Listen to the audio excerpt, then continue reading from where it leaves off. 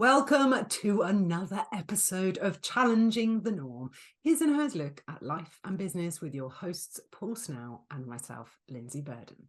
The podcast for solopreneurs, entrepreneurs, and business owners that want to experience success in their own way.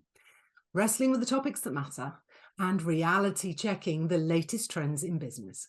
Paul works with business owners, showing them how they can take the stress out of transforming teams into performance powerhouses that love what they do, while I offer business coaching that empowers ambitious women in business to create financial abundance and a time-rich lifestyle without sacrificing their joy. Hey, Lindsay, another episode. Really excited by this one. You know, we've got a new government. Don't tell anybody, but we have a new government. How are you, Lindsay? I'm really good, thank you. Yes, it has been a roller coaster 6 weeks, hasn't it? Is that how long they've been trailblazing? I don't know, 6 weeks. And now we have a new government. Yeah. But the reason I feel we needed to mention that and put it into context is for today's episode and this juicy topic. I think what I've been noticing is for that sort of couple of months, and I think we'll see it for a little bit longer yet, it's really impacting people's ability to make a decision, to trust themselves, to move forward. Everyone feels just feels like everyone's a little bit tentative, a little bit sensitive and holding back a little bit. Yeah, I mean, our topic for today, right? We come up with the phrase, you can't afford not to. Right. And so what we wanted to explore was how does that sit, particularly in business, particularly between men and women, his and hers, all of that stuff. Now, the timing has been amazing, as you quite rightly say. We've got this new government and it's the first time we've had a Labour government for many a year, shall we say. And because of that, this hesitancy that we're seeing out there, it sort of ties in nicely, doesn't it? We've got this subject we want to talk about sort of being hesitant and how not making a decision is a decision in its own right, and you can't afford not to, all of this stuff. And I think this is really important. We have a lot of fun at this, but there's a really important message behind this, because you and I as coaches, we work with a lot of businesses, and we see the hesitancy. We see the point at which people reach and go, I need to make a decision, but do I, don't I? How do I weigh this up? Am I brave enough? All of that stuff. And I think it's good for us to wrestle with this today. And you've made some wonderful points before we started recording. Like always, we probably should record our pre-record. But let's start with that, Lindsay. We've got this idea that you can't afford not to, ... Where do we go with that? It's a tough one, isn't it? Because sometimes, when you're not making a decision, when you are going back and forth and going, should I, shouldn't I, should I, shouldn't I, which I'd said for quite a long time before we pressed record. And we've agreed that is making a decision. That's not acting. That is not going forward. So therefore you have made a decision. I think it can be really challenging for people. And let's put it into context, shall we? So you want to grow your business and you need time. So therefore you may need to outsource some elements of your business to create that. Or it might be that you need to invest in yourself, coaching, a course, a program.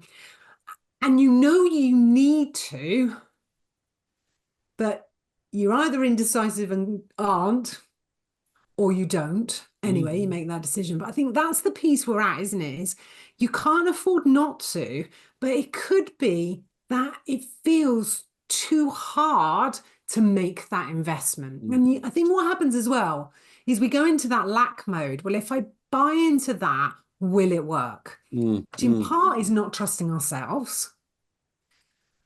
If I invest in that, can I still pay myself? And I remember, and I'm sure I've mentioned this before on the podcast, so apologies if I have, but when I first employed my VA, so I remember sitting there and going, okay, so I'm not really sure. We had a whole list of things she might be able to do. And she walked away and I'd said, yes, I need you in my business. I didn't actually know if I could pay her and me. Yeah. But I knew if I didn't say yes, and if I didn't get the ball rolling, I wasn't going anywhere. I was going to be stuck. So for me, that you can't afford not to it's really important to understand, and you have to work this out for yourself, really. If you do nothing, what does it look like? Mm.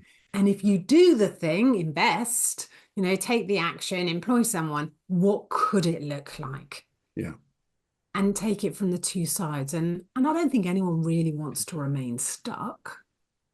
No, I think you're right, and you're right in all of that. And I think, but generally, I think people can be risk averse, and I think that's Yes. a fairly common position. Women particularly.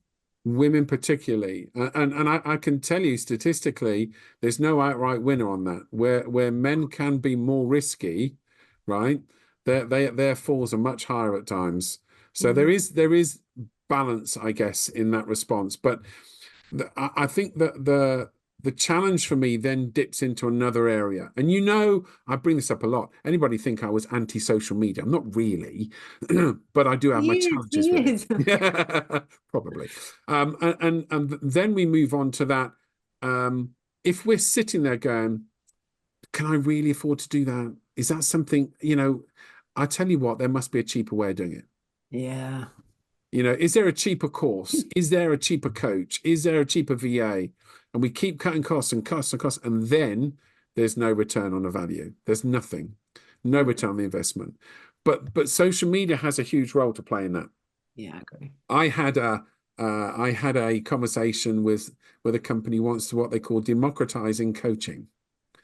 And what they mean by that is to make it so available to everyone that it's next to no cost.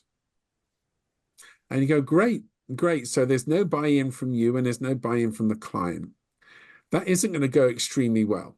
No, it's All of the research shows that when there's some skin in the game, things progress. yeah. When there's no skin in the game, people can choose. I don't need to bother with that. So you make a very good point earlier before we jumped on the call about this idea of reaching a point. What point do you make that decision of whether you can or can't afford not to do something? I talk about it and a lot and have a lot. I always say, don't wait for the pain to be too much before acting. And that's because often by the time you get to that point, and I say this with kindness in my heart, it is too late. Yeah. And it'll be too hard, Mm. emotionally, mentally, physically, financially. It will be too hard. Mm. So you need to make these decisions and act upon these decisions, Mm. otherwise you've made another one, Mm. at the point where it's starting to feel uncomfortable. You're doing the right things, but it's not quite working, or you are lacking time, or you feel like you're doing the same thing and you just, the results aren't happening, you're not achieving your goals. There will be a point, and everyone individually will know that point. That's the time to make the decision when you still have the ability emotionally, physically, financially to make that decision. And I think that stops you wasting money on the cheaper option, the band-aid solution, and this $37 program will fix everything. I just want for a brief moment to say that is, if we say anything in this episode, that's the thing to take away. Yeah. Right? In all my years of coaching or running businesses, that is the single piece of advice that can radically change outcomes. Now, just to perhaps dig around that for a bit, what we're talking about here is when you reach a point where your mindset is so affected by your circumstance, you cannot see clearly. Yeah. And I don't, I'm going to be fairly brave here and say, I don't know anyone that can change that for you. You cannot sit there, and both you and I will have come across this, Lindsay, but I certainly have, where a business owner said, Paul, I can't afford to pay me any wages this month. I've got nothing left. And do I put this program on my credit card? Let me tell you, it's already too late. It's already too late. You emotionally, in your mindset and for your mental health, will not pull that out at that point. And I know we have all these amazing stories of people going, yeah, well, I was destitute and sleeping rough on the streets, and then all of a sudden it turned around. That is not the norm. That is your social media feed, right? No, That's not the norm. I think we can all think it's Peter Jones, isn't it, on Dragon's Den, who, you know, his first million and lost a million and was sleeping in his car. You know, and that's, I'm going to guess he wasn't married at the time. I may be wrong, but I can't imagine he was living in a car with his wife and 4 children. No. But for most of us, we can't afford for it to get to that point. For most of us, we need to maintain a roof over our heads and we need to continue feeding our children. Otherwise, mine will get very hangry and so we don't want to get to that point. And if anyone's listening and going, well, how do I know when I've got to the right point, when it's not too late? And I have been there numerous times.